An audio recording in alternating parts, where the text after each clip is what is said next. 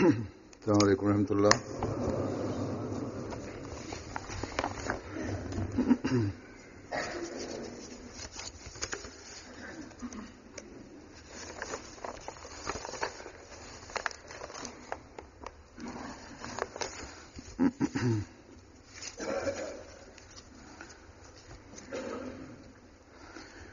أشهد أن لا إله إلا الله وحده لا شريك له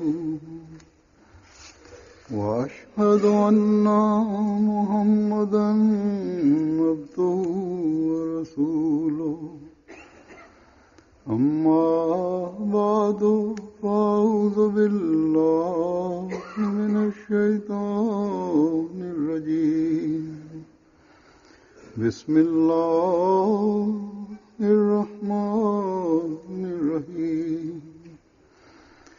الحمد لله رب العالمين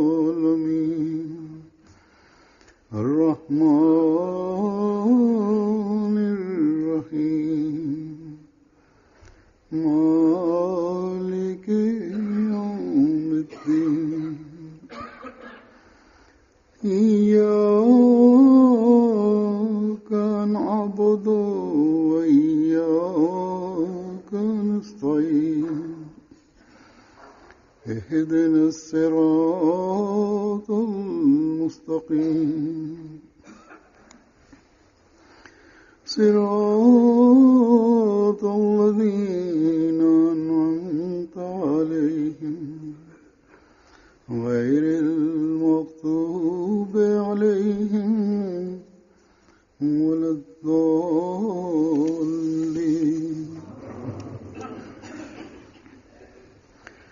بسم الله الرحمن الرحيم والسماء ذات البروج واليوم الموعود وشاهد ومشهود قتل أصحاب الأخدود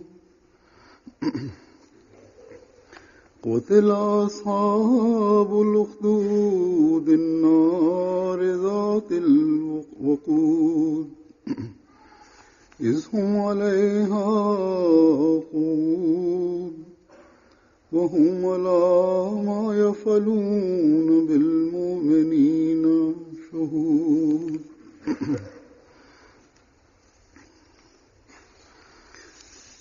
وما نقموا منهم إلا أن يؤمنوا بالله العزيز الحميد الذي له ملك السماوات والأرض والله على كل شيء شهيد. إن الذين فتنوا المؤمنين والمؤمنات ثم لم يتوبوا فلهم عذاب جهنم ولهم عذاب الحريق. إن الذين آمنوا وعملوا الصالحات لهم جنات تجري من تحتها الأنهار ذلك الفوز الكبير.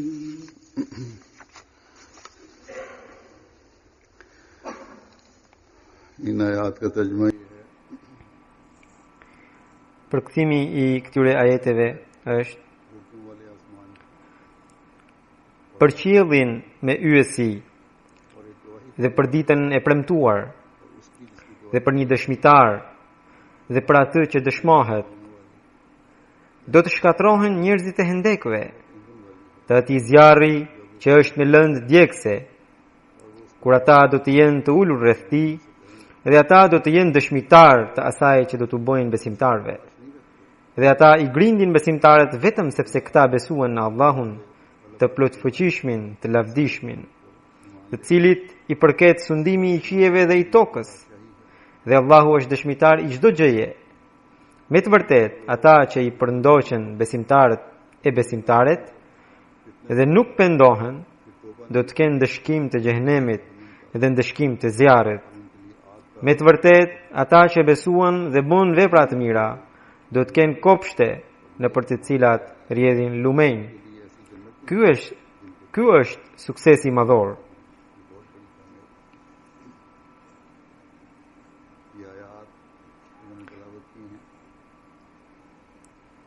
Këto ajete që kam recituar në japin pikrisht pamjen e asaj që ndodhi me Ahmedianët në Gujranwala të Pakistanit,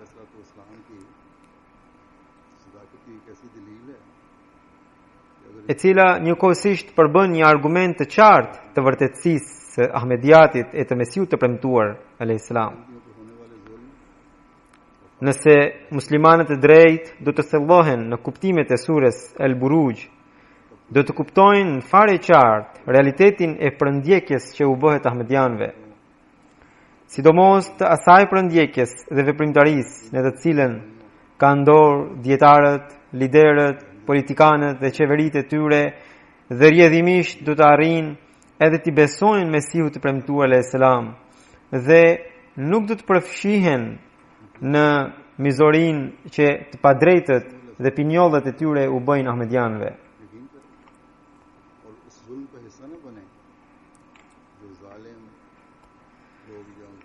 Por edhe për të kuptuar fjalën e Zotit nevojitet një I dërguar.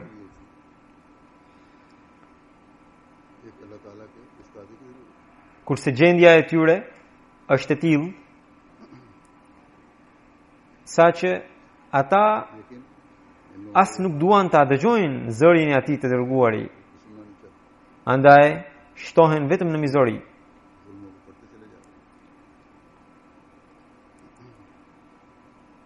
Do të doja t'ju shpjegoja shkurtimisht këto ajete.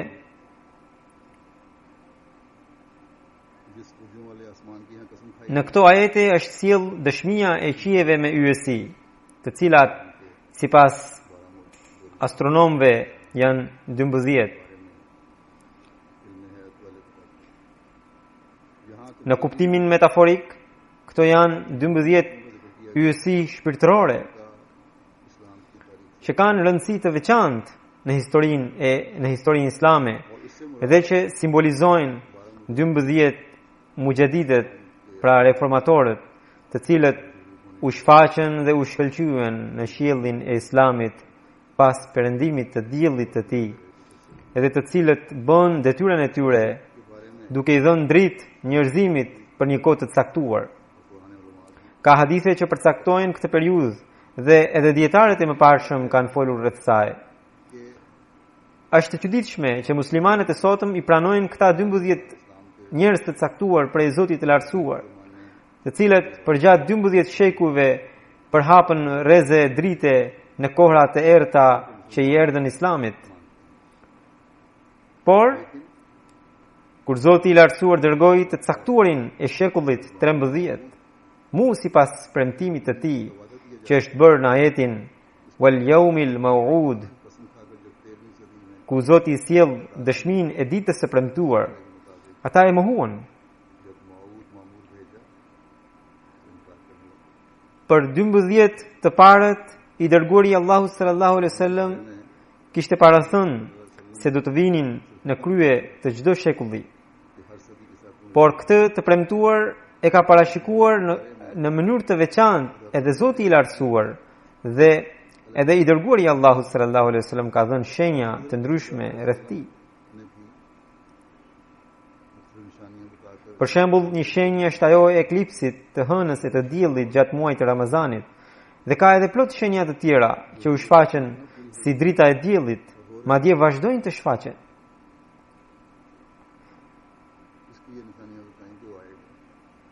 Mjerisht, të padrejtët ngulin këmbë ta mohojnë pikrisht të premtuarin.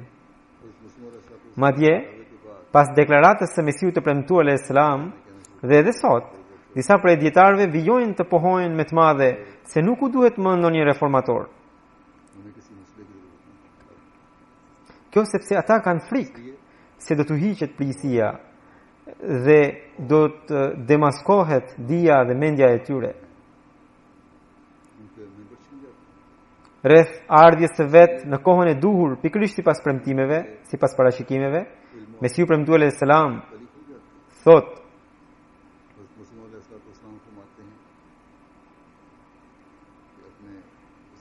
është shumë e çuditshme dhe unë besoj se kjo është një shenjë prej Zotit të lartësuar se unë modest pikërisht në vitin 1290 Hijri e gëzova bekimin e komunikimit me Zotin.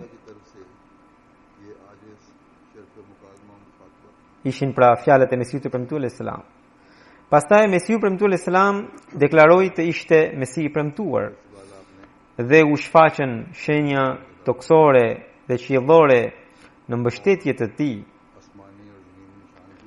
Kjo temë gjithsesi është trajtuar në literaturën e xhamatit, në librat e Mesiut të premtuar alayhis salam. Edhe në këtë temë nuk do të hyj sot. Por ajo që dua të them se mbështetja e Zotit të lartësuar dëshmon se kjo kohë është e Mesiut të premtuar alayhis salam.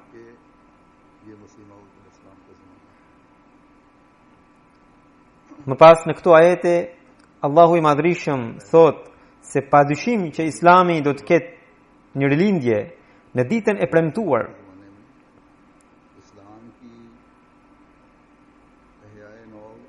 Por për këtë besimtarve, pra atyre që do të pranonin Mesiun e premtuar, do të duhet të jepnin sakrifica shumë të mëdha. Zoti thot: Qutila ashabul ukhdud, do të shkatrohen njerëzit e hendekve, an-nari dhatil waqud, do më thënë njerëzit e atij zjarri që është me shumë lëndë djegëse, idhum alejha qu'ud, kur ata do të jenë të ulur rreth tij. Këtu është paraqitur një skic se çfarë do të bënin kundërshtarët. Pra ata do të ndiznin zjarr dhe më pas do të qëndronin rreth tij. Por përfundimisht ata do të shohin fundin e tyre të ligë. Do të shkatrohen. Megjithatë, besimtarve për një kohë të gjatë do të duhet të bëhen shënjestër të mizorive të tyre të llahtarshme. Edhe Mesiu premtuar alayhis salam na ka tërhequr vëmendjen për këtë, duke thënë se përparimi i Islamit na kërkon diçka dhe ajo është vdekja jonë. Pikrisht, kjo është thënë në këto ajete që kundër jush do të ndizen zjarre të shumta, të ushqyera me lëndë djegëse. Pra ato zjarre vazhdimisht do të fuqizohen me lëndë djegëse, ndërsa zjarrvënësit do të qëndrojnë rreth zjarrit duke bërë sehir. Në mendjen e tyre dhe në përpjekjet e tyre ata do t'i rrethojnë besimtarët duke mihur hendeqe rreth tyre. Më pas do t'u vënë zjarr.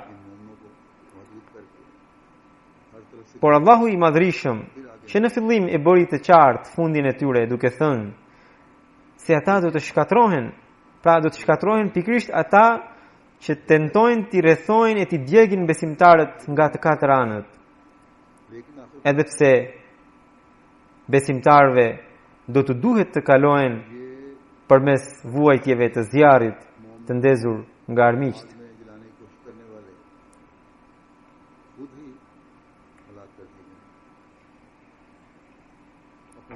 Kundërshtarët do të qëndrojnë rreth zjarrit për të mbyllur besimtarve çdo rrugë dalje. Në ngjarjen që ndodhi në Pakistan, pra në Gujranwala. Edhe policia qëndronte duke I bërë sehir mizorisë dhe në vend që të shpëtonte njerëzit pra të prekurit, u bë pjesë në autorsinë e këtij krimi. Gjithë zjarrvënësit jo vetëm që qëndronin për jashta, por kënaqeshin duke parë se si po I digjnin besimtarët.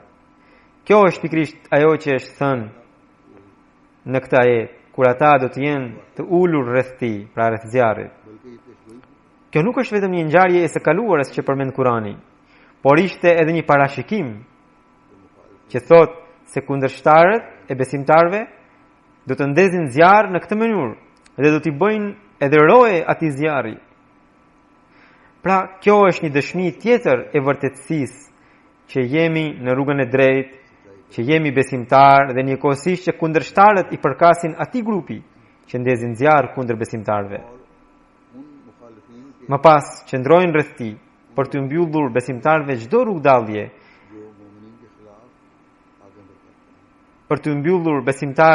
rrugdallje, dhe pastaj edhe kënaqen nga veprimi që bëjnë.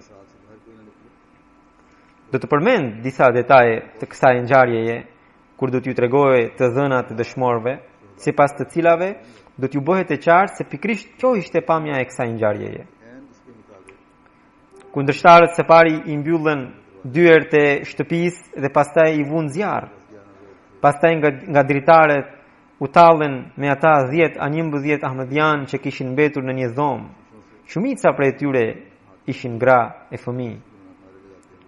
U bën shenje me dorë pastaj, thurën parulla gëzimi dhe më pas ikën potershëm. E gjithë kjo për të treguar ahmedianëve të rrethuar, ja, ju zum, s'keni më rrugdalje. Mjafton të I shohësh videot që janë të publikuara. Fytyrat e këtyre mizorëve do t'ju tregojnë se ata janë duke kaluar në ekstrem çdo paturpsi.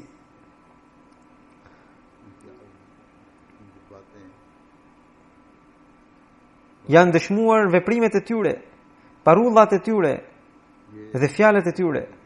Ky është ekstremiteti I armiqësisë së tyre. Madje 2 ditë pas kësaj ngjarjeje makabre, në një vend tjetër që është shumë afër vendit ku ndodhi kjo, një hoxh grumbulloi njerëzit e qytetës dhe u tha se ky ishte minimumi që mund të bënim kundër ahmedianëve dhe I nxiti duke thënë: "Më premtoni se ju do të bëni më shumë se kaq kundër ahmedianëve dhe do të më ndihmoni në këtë punë." Pra, këta musliman nuk janë të tillë për të cilët mund të themi se pasi I kanë martirizuar fëmijë dhe gra të pafajshme, duhet të ketë ardhur turp. Ka edhe të pa turp që ushqejnë mendime kaq mizore,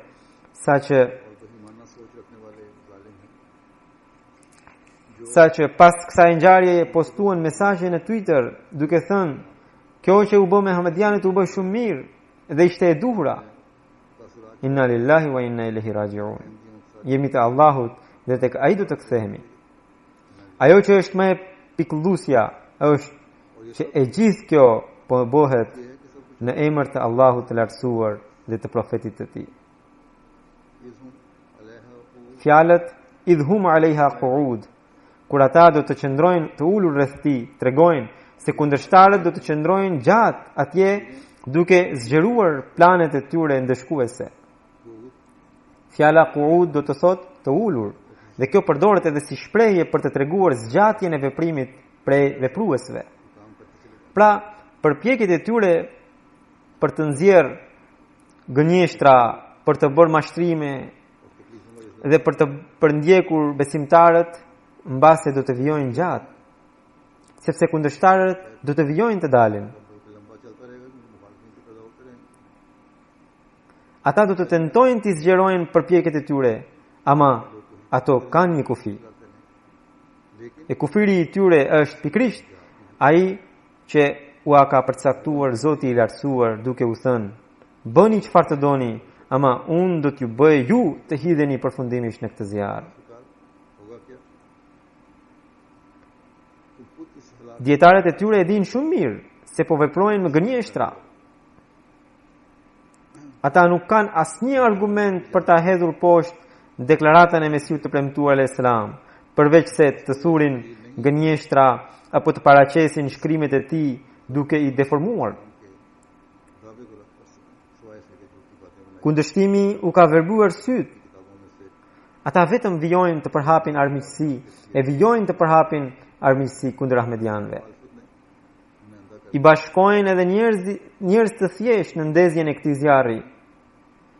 Zjarrin armiqësor kundër ahmedianëve, ata gjithnjë janë duke ndezur, por zjarrin e ndezin edhe fizikisht kundër nesh dhe nganjëherë ja arrin qëllimet dhe nganjëherë jo. कभी तो हकीकी रंग में ये भड़काते हैं Sot në çdo qytet dhe në çdo rrugicë të Pakistanit mund të gjeni banderola e postera plot gënjeshtra kundër ahmediatit. क्या बल्कि ये तुम Jo vetëm mbi muret e shtëpive, por edhe në muret e godinave shtetërore. Madje në muret e godinave të gjykatës së lartë mund t'i gjeni postera të tilla ku përmendin fjalë kaq të padenja e kaq të pavërteta rreth Mesiut të Premtuar alayhis salam, saqë nuk mund t'i merrni me mend.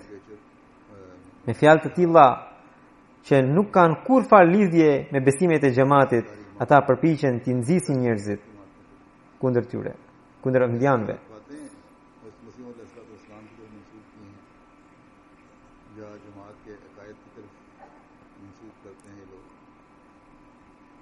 Por कि जिसकी इंतहा को Mesiu Premtuar alayhis salam, और ये बातें मंसूब करके duke e përshkruar pikrisht këtë kundërshtim të tyre, i jep zemër xhamatit me këto fjalë. अकायद से कोई वास्ता Ai thot: Mos mendoni se Zoti do t'ju lërë të prisheni. Ju jeni një farë që është mbjell nga dora e Zotit në tokë. जमात को तसल्ली दिलाते हुए Zoti thot se kjo farë do të shtohet, do të lullëzohet dhe nga çdo anë do të dalin degët e saj dhe do të bëhet një pemë madhështore. Prandaj i bekuar është ai që beson fjalën e Zotit dhe nuk fiksohet nga sprovat që has në mes. और एक बड़ा दरख्त हो जाएगा बस मुबारक वो जो खुदा Pra, antarëve të xhamatit और दुनिया do të duhet të japin sakrifica. से ना डरे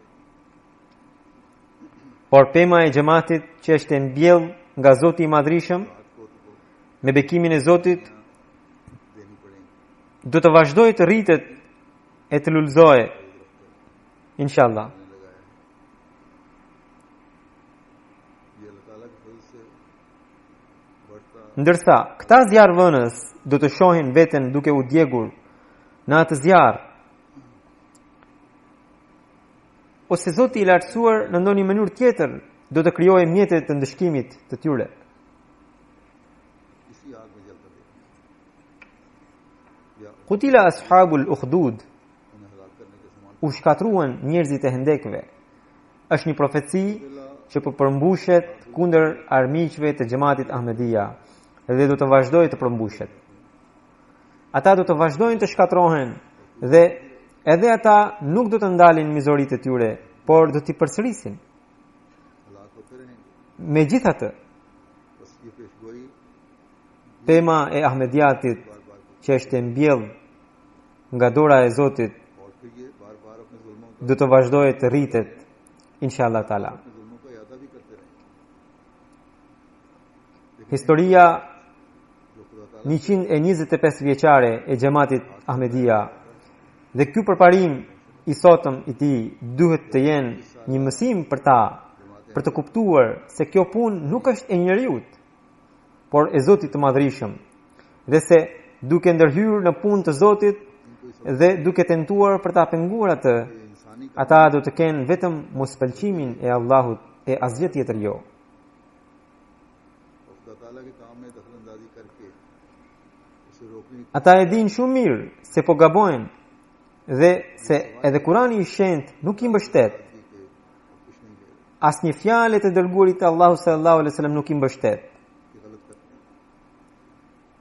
हैं Ngjarjet e sahabëve të Mesihut të Premtuar alayhis salam që ju tregoj her pas here, कोई बात इनकी तायद madje edhe të atyre njerëzve që e pranuan dhe vazhdojnë ta pranojnë Mesihun e Premtuar alayhis salam në kohën tonë, na japin dëshmi se të ashtu quajturit dietar musliman u thon njerëzve Mos debatoni me kadianit, pra ashti që quajnë ata ahmedianët. Mos debatoni me kadianit në bazë të Kuranit, sepse me anë të Kuranit ata provojnë edhe vdekjen e saj, edhe botkuptimin e tyre rreth vulës së profetëve, pra rreth khutme nubuatit, edhe vërtetësinë e Mesihut të premtuar. Kështu thonë të ashtu quajturit dietar musliman. Madje tani ata kanë filluar të thonë, mos i dëgjoni fare ahmedianët. Kjo sepse ata e dinë shumë mirë se në argumente as nuk mund të qasen ahmedianëve. Prandaj ata dinë vetëm të tregohen kokfort, dhe nga kokfortësia thurin edhe gënjeshtra kundër xhamatit dhe literaturës së tij. Ata përpiqen të hedhin hy në sytë e publikut, duke paraqitur të deformuara mendimet e xhamatit dhe duke deklaruar se janë në shumicë, andaj gëzojnë të drejten për të shtruar mizori kundër ahmedianëve. Për sa i përket shtetit dhe medias në Pakistan, edhe ato janë në duar të hoxhallarëve. Vetëm para pak ditësh, një hoxh pakistanez doli në televizor për të shqetësuar publikun, por e nxiti duke thënë, edhe pakica duhet t'i respektojnë ndjenjat e shumicës.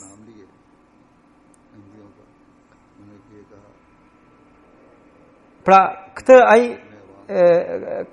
kësaj pike i dha më shumë seks, se sa të qetësonte publikun edhe të shprehte ngushëllim. Pra, ata vet i lëndojnë ahmedianët, vet i akuzojnë, vet dalin për t'i gjykuar dhe vet i ndëshkojnë. Nga që hoxhallarët gëzojnë foltore dhe pushtet, madje edhe politikanët mendojnë se do t'u ecë politika vetëm nëse i përndjekin ahmedianët. Prandaj edhe ata, pra politikanë, ngrejnë të njëjtin avaz bashkë me hoxhallarët. Ata nuk dinë se cili është fundi që u ka gatitur Zoti i Madhrishëm. Allahu i Madhrishëm thot: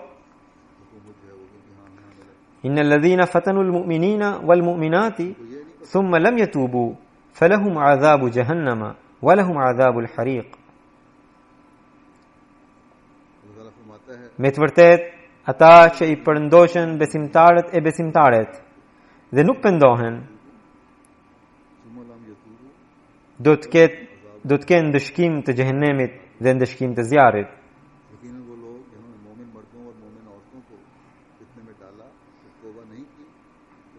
Pra, Allahu i Madhrishëm thot se ata që ndëshkojnë ose tentojnë të ndëshkojnë besimtarët e besimtaret, duke ndezur zjarr kundër tyre dhe më pas duke qëndruar të ulur rreth atij zjarri që të mos vinë ndokush për ta shpëtuar gjahun e tyre, i pret ndëshkimi i xhehenemit.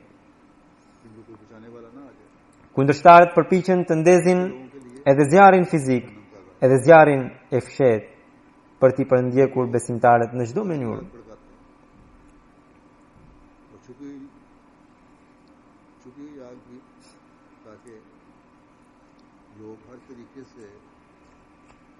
Këto ditë, ata e ndezin këtë zjarr duke përhapur edhe gënjeshtrën se gjoja ne ahmedianët, nauzubillah, nuk e pranojmë profetin Muhammed sallallahu alaihi wasallam si profet, ose si profet të fundit, ose nauzubillah, e fyem atë. Kjo është një akuzë që na i lëndon zemrat jashtë mase. Ahmedianët janë ata të cilët në çdo cep të botës janë të angazhuar për të shfaqur nderin dhe madhështinë e profetit Muhammed sallallahu alaihi wasallam.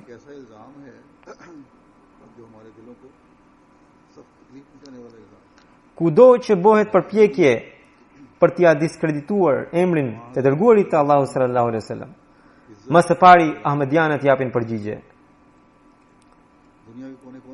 Pra, jemi ata që mund të pranojmë vdekjen, por nuk mund të durojmë qoftë një fjalë fyese ndaj profetit Muhammed sallallahu alaihi wasallam. Dhe pikrisht këtë na e ka mësuar neve Mesiu premtuar alayhis salam. हम तो वो हैं जो अपनी मौत कबूल कर सकते हैं। Zoti i Madhrishëm हजरत सल्लल्लाहु e di shumë mirë që veprat dhe zemrat tona nuk kanë asnjë kundërshtim me njëra tjetrën. और यही हज़रत मसीह अलैहिस्सलाम ने हमें तालीम दी। Jo më kot, Zoti i Madhrishëm vazhdon t'i jap përparime xhamatit të atij, të cilën ata i quajnë, pra kundërshtarët e quajnë gënjeshtar, nauzubillah. Zoti e di shumë mirë se ky xhamat i përket atij dhe atij i takon t'i jap përparime. बावजूद तमाम दुनिया की Prandaj Zoti i Madhrishëm thot se nuk do t'i lër pa ndëshkuar njerëzit, të cilët i trazojnë besimtarët e tij duke i vënë në gjithë farë vështirësisht, duke i shkaktuar djegje trupave të tyre, duke u djegur shtëpit dhe duke u veshur akuza të gënjeshtërta.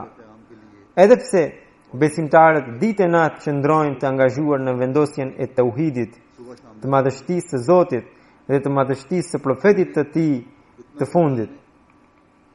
और तकलीफ देने वालों उनके बदनों Zoti thot që për ndjekësit e tillë patjetër do t'i fus në zjarrin e xhehenemit, me përjashtim nëse ata do të pendohen, sepse Zoti është shumë pendimpranues dhe mëkatfalës.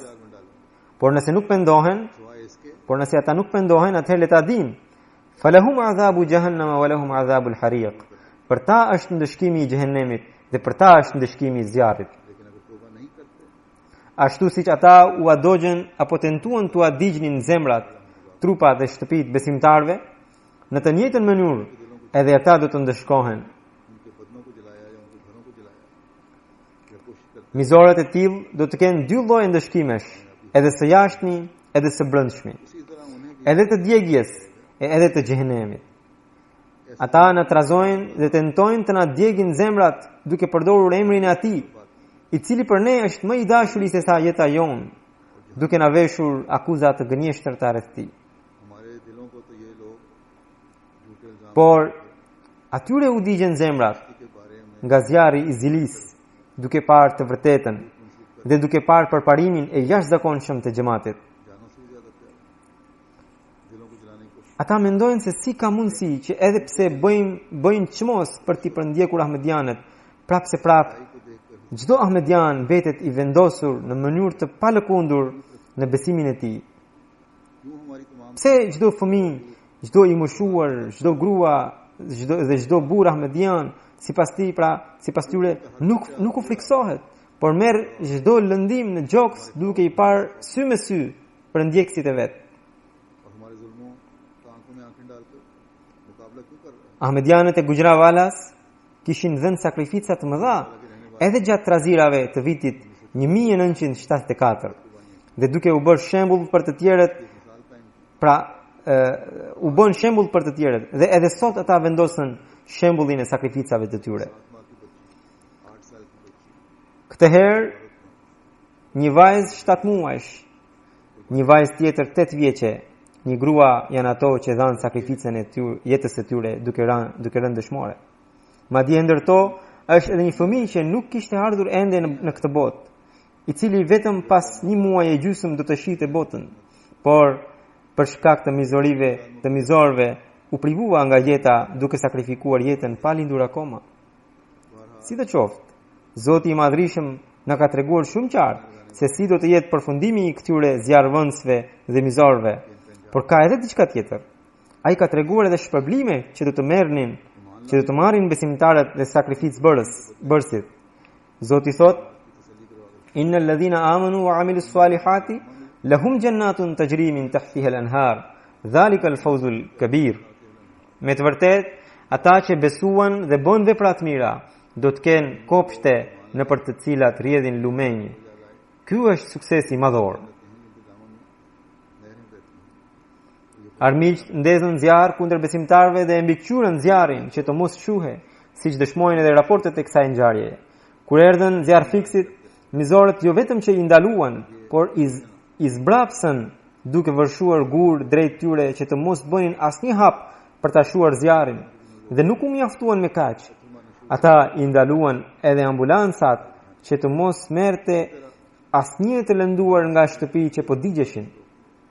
Madje duke qëndruar para ambulancave, zunë të vallëzonin. Por për të përndjekurit e tillë, për të shtyprit e tillë, Zoti i Madhërisëm u jep lajm të gëzueshëm, duke thënë se ai ka përgatitur kopshte që janë të ndërthura me degët e njëri tjetrit, që kanë hije të këndshme dhe nëpër të cilat rrjedhin lumenj. Ata do të freskohen prej lumenjve kur të dëshirojnë. Armiku tentoi të shkaktonte djegjen e zjarrit, ndërsa Zoti u përgatiti freskinë në hijen e xhenetit të tij, ku nuk do të ketë as djegja e vapës.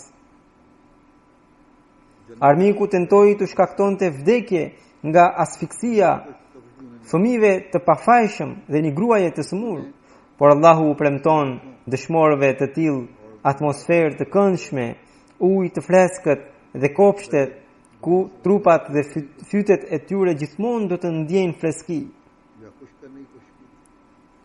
Ky është pra dallimi i qartë midis fundit të zjarrvënësve dhe vendit të shtypurve besimtar. Në mbrojtje nga këto mizori, ne edhe më përpara e thërrisnim Allahun e lartësuar për ndihmë, duke u përkulur para tij, dhe edhe sot do të përkulemi vetëm para tij.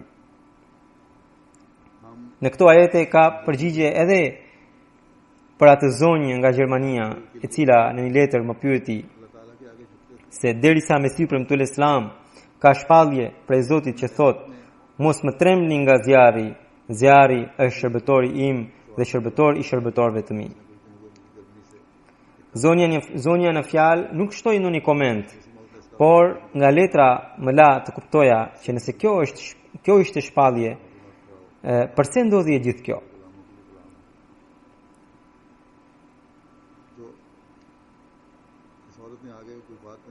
Më së pari, mbajini të fortë besimin.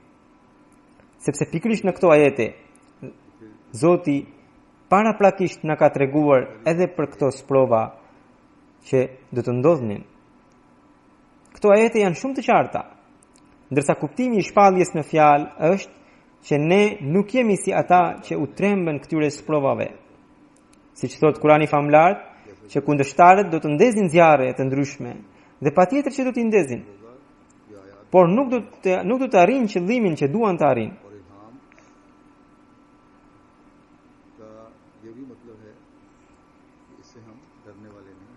Me këto zjarre, ata synojnë t'i largojnë ahmedianët nga ahmediati. Por a ka ndodhur ndonjëherë që besimtari i vërtet të mund të trembet edhe sprovave të tilla? Asnjëherë.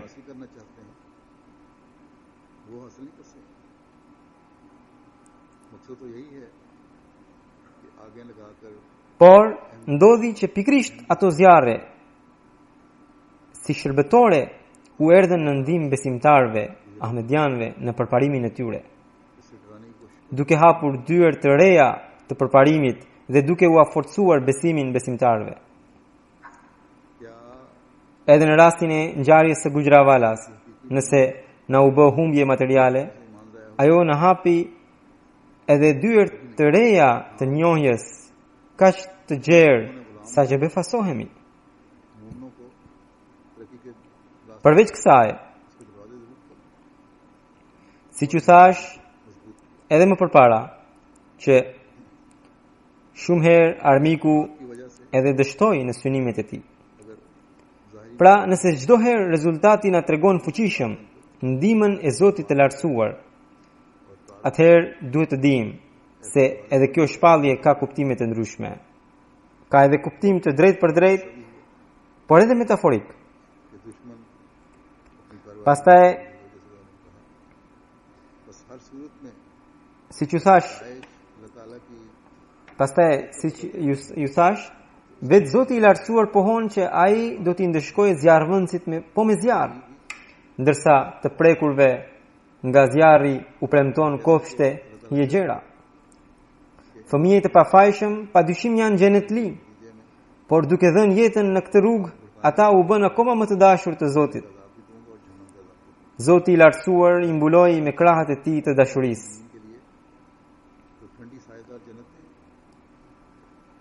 Shpallja e Mesihut të premtuar al-Islam nuk thot se zjarri do të jetë si një shenjë që nuk do t'i djeg ahmedianët, por vetëm kundërshtarët e tyre si ndëshkim.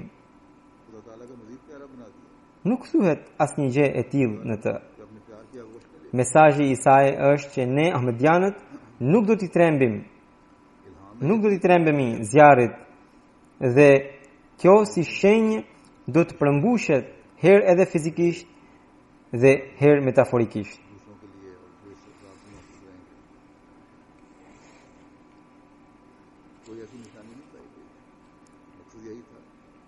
Ky zjarr herë edhe shuhet përpara se të na dëmtojë, herë edhe na shkakton ndonjë dëm.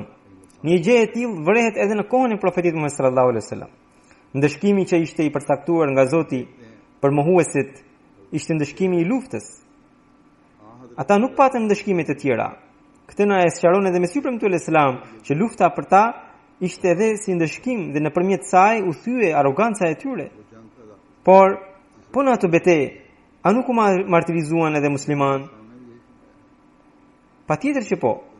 Por vdekjen e mohuesve Allahu i lartësuar e ka quajtur vdekje xhehenem prurse, ndërsa për muslimanët dëshmor tha se mos thoni se janë të vdekur, por janë të gjallë te Zoti i lartësuar dhe bekohen me ushqime nga më të ndryshmet çdo ditë. Edhe dëshmorët tanë u shëtitin në xhenetet e Zotit.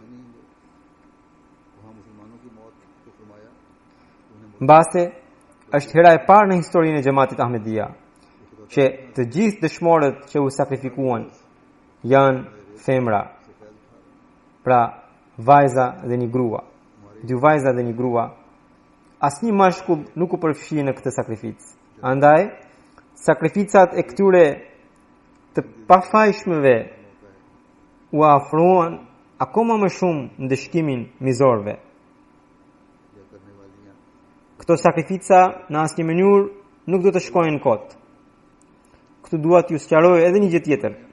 Të gjitha vdekjet ndodhen për shkak të asfiksisë e jo nga djegja. Edhe pse mizorët nuk lanë përpjekje pa bërë për t'i djegur, madje duke qëndruar për jashta, sendet që nuk mund t'i rëmbenin ose që ishin të prishura, vazhdimisht i gjuanin në zjarr për të ndezur akoma më shumë. Kurse sendet e çmuara, ata i rëmbyen.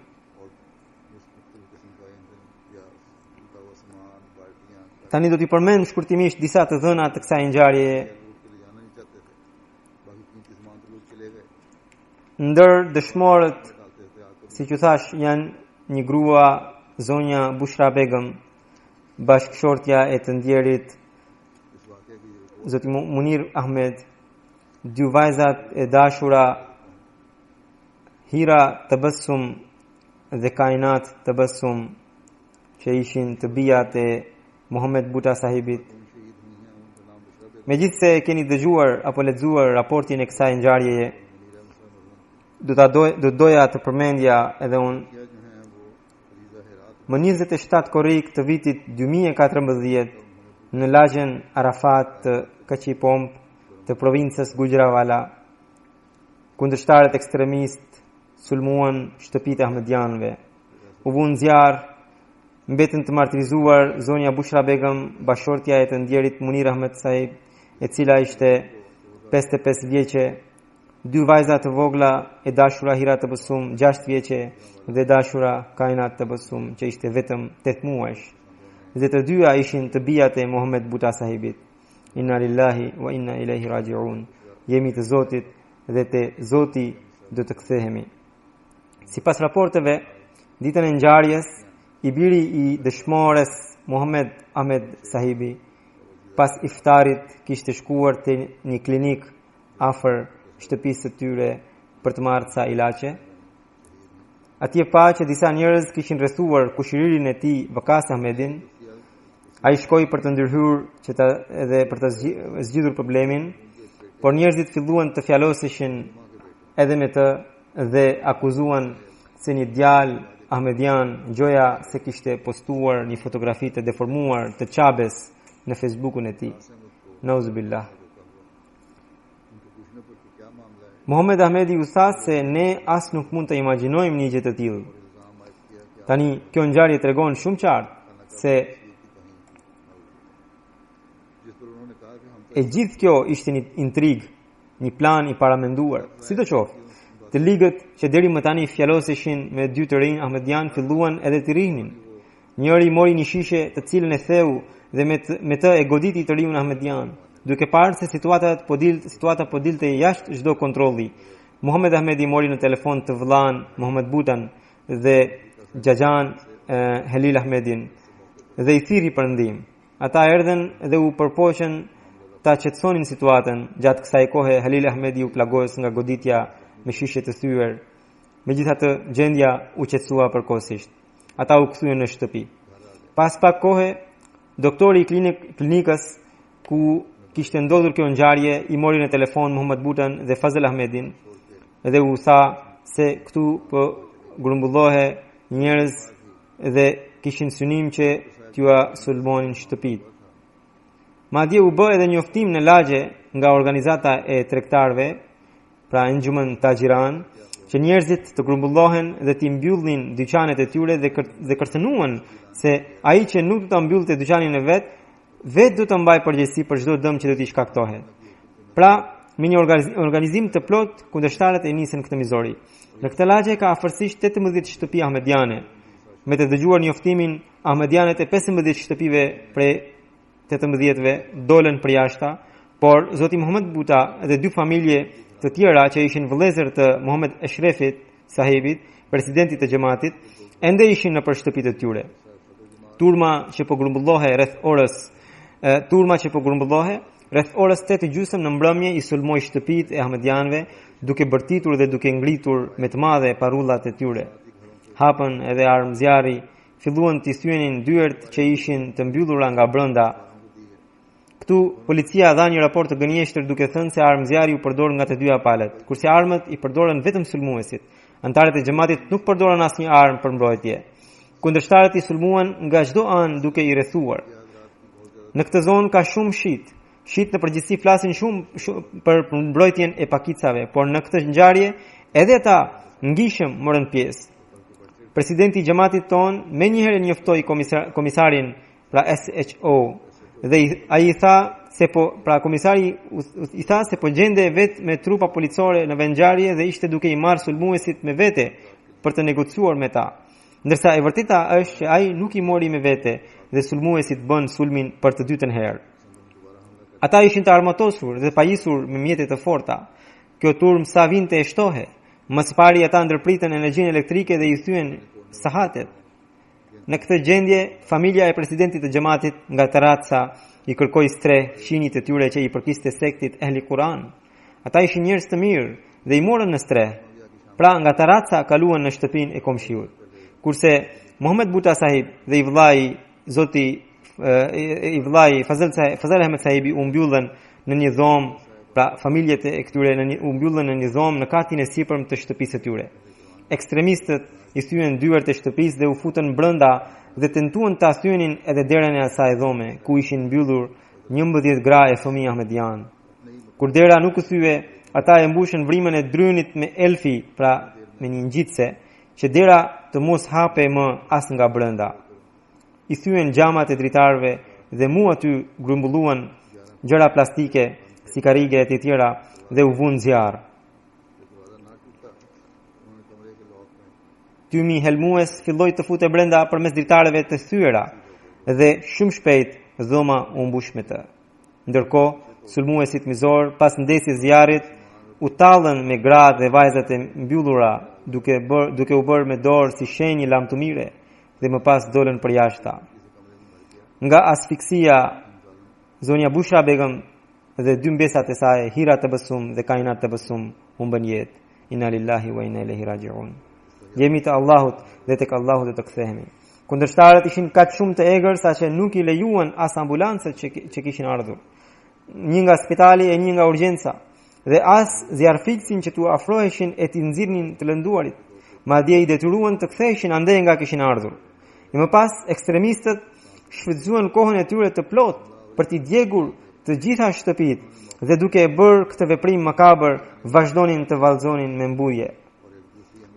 Ndërsa policia qetësisht po i bënte sehir gjithë kësaj makabre, duke qëndruar aty në vend ngjarje.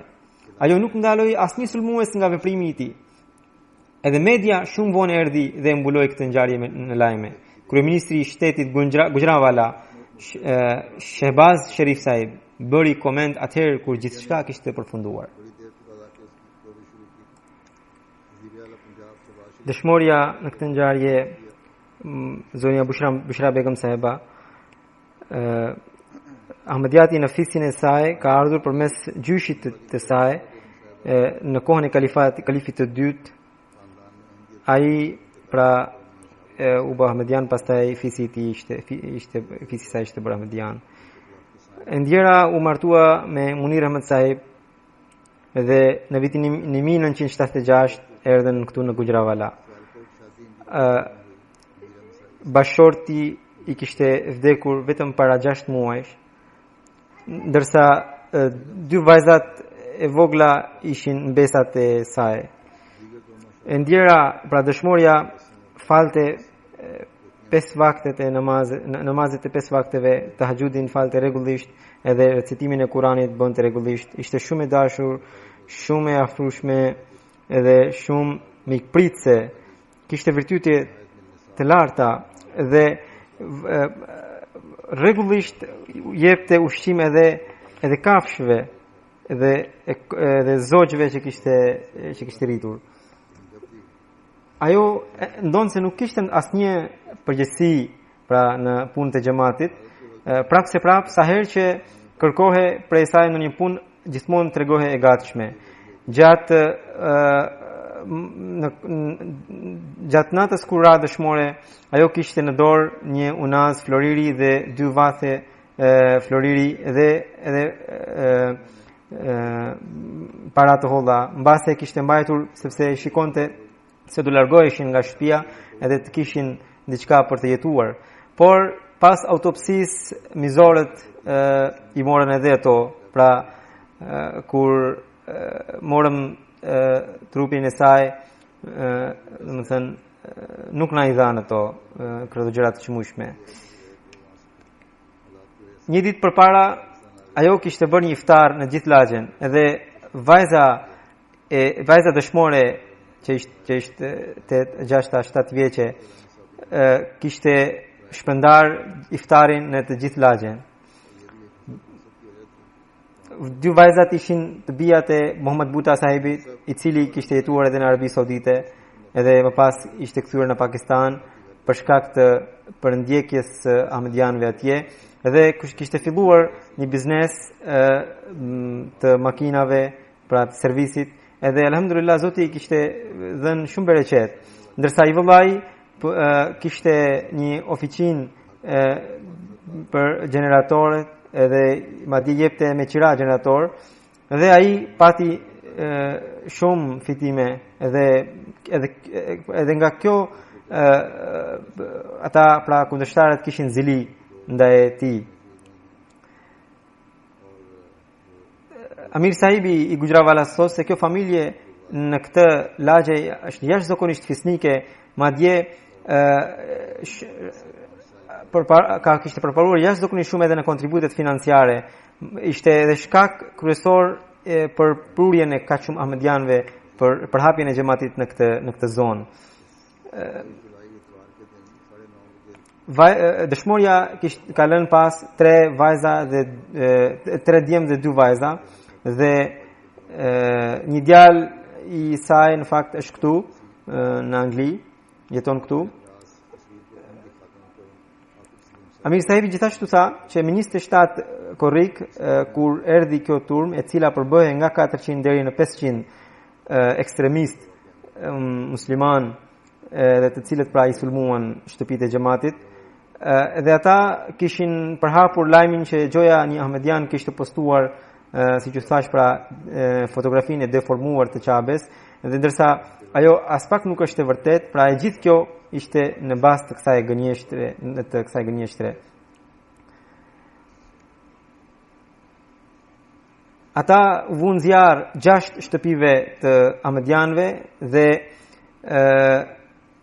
dhe i rëmbyen gjithçka, pra gjitha gjërat e çmueshme të atyre shtëpive, dhe përveç atyre vunë zjarr edhe i rëmbyen 5 dyqanet që i përkisnin Ahmedianëve, pra dhe që ishin afër, oficinën e saldrimit të Ahmedianit, dhe pra morën të gjitha generatorët që ishin edhe të fuqishme. Përveç dëshmorëve kemi edhe të lënduar, madje mjaft të lënduar, Muhammad Buta Sahib, Muhammad Fazal Ahmed Sahib, edhe bashkëshortja e tij, dhe 3 fëmijë të cilat janë njëri është 3 vjeç, një tjetër 1 vjeç dhe një tjetër 1 muajsh. Dhe Muhammad Buta Sahib, domethënë edhe motra e Muhammad Buta Sahibit, e cila kishte ardhur për të lindur, sepse pikërisht ajo është që i është dështuar edhe fëmia, e kishte ardhur për të lindur edhe për të festuar Bajramin tek Kejama. Ajo ishte nga 9 muaj, ishte shtatzëne, dhe për shkak të asfiksisë u detyrua të dështonte. Ajo u qua në spitalin Rabwa në Tahir Heart Institute, edhe vazhdon të jetë kritike pra gjendja e saj shëndetësore. Dhe të lënduar të tjerë janë Munib Ahmed Sahibi, 33 vjeç, dhe Khalil Ahmed Sahibi, i cili, si ju thash, u lëndua nga goditja me një shishe të thyer, dhe Muhammad Anwar Sahibi, i cili kishte ardhur kur kishte filluar kjo mizori nga përndjekësit, kishte ardhur për të shpëtuar gra dhe vajzat që po digjeshin brenda shtëpisë, edhe pas ti kur i nxorëm edhe të lënduarit dhe trupat, atëherë erdhi ambulanca, pra pastaj ata u quhen në spital. Edhe përveç këtyre edhe bashkëshortja përveç këtyre Muhtarama Ruqayya Begum Sahiba, edhe 2 fëmijët e saj u lënduan, njëri Ataul Wasi 5 vjeç dhe tjetra Sidratul Muntaha, gjithashtu pra edhe ato janë, dhe këta fëmijë nuk janë mirë nga ana shëndetësore dhe për momentin janë në spital. Pra 18 shtëpi, si që thash, janë të Ahmedianëve këtu, ndërto 6 prej 6-ve domethënë vunë zjarr, dhe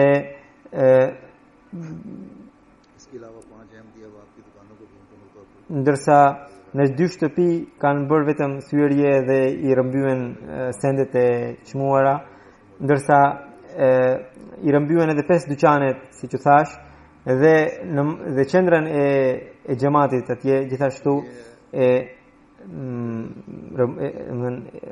edhe asaj qendre i vunë zjarr. Kjo ishte pra një rrëfim i shkurtër i veprimtarisë mizore, makabre të këtyre kundërshtarëve. Nëse nuk do të pendohen, atyre u pret ndëshkimi i xhehenemit dhe ndëshkimi i zjarrit. Allahu krijoft mjete për kapjen e këtyre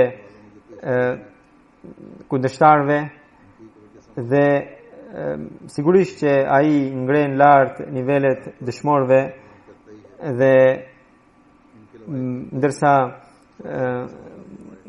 ata që janë të mbetur, Zoti u dhënë kuraje zemër, sidomos atyre prindërve të cilët u martirizuan 2 vajza të vogla edhe motra.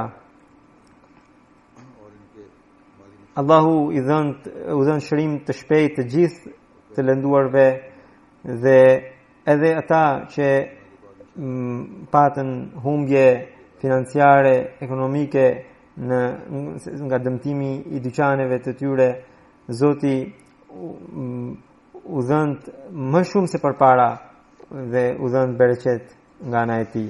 Pas namazit të xumas, inshallah do të fal namazin e gjenazës të këtyre dëshmorëve. Alhamdulillah nahmaduhu wa nasta'inuhu wa nastaghfiruhu wa nu'minu bihi wa natawakkalu alayhi wa na'udhu billahi min shururi anfusina ومن سيئات أعمالنا من يهده الله فلا مضل له ومن يضلله فلا هادي له ونشهد أن لا إله إلا الله ونشهد أن محمدا عبده ورسوله عباد الله رحمكم الله إن الله يأمر بالعدل والإحسان وإيتاء ذي القربى وينهى عن الفحشاء والمنكر والبغي يعظكم لعلكم تذكرون اذكروا الله يذكركم وادعوه يستجب لكم ولذكر الله